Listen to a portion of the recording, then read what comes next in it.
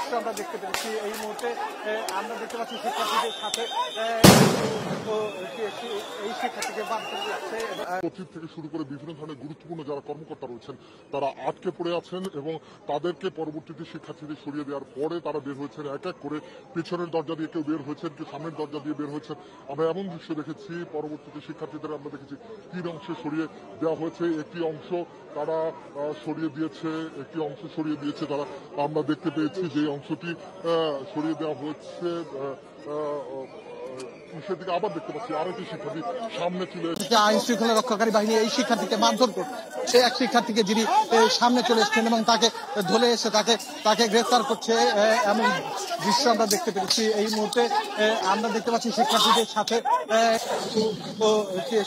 এই শিক্ষার্থীকে মারধর করছে এবং যেই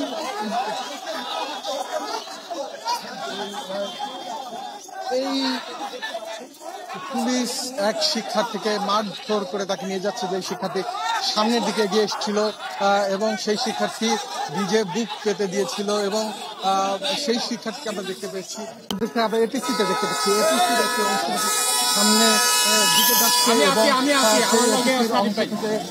আমরা এই অপর দিক থেকে আবার পুলিশের পক্ষ থেকে ধাওয়া দেওয়া হয়েছে এবং এপিসি থেকে ধাওয়া দেওয়া হয়েছে শিক্ষার্থীদের যারা স্টেডিয়ামের দিকে চলে যাচ্ছে। অপর দিক থেকে একটি সামনে এপিসি দিকে সামনে যাচ্ছে। এই অবস্থায় এই এলাকায় রণক্ষেত্রে পরিণত হয়েছে। ইট পাটকেল নিক্ষেপ থেকে শুরু করে সবকিছুই এখানে চলছে। মুহুর্মুহু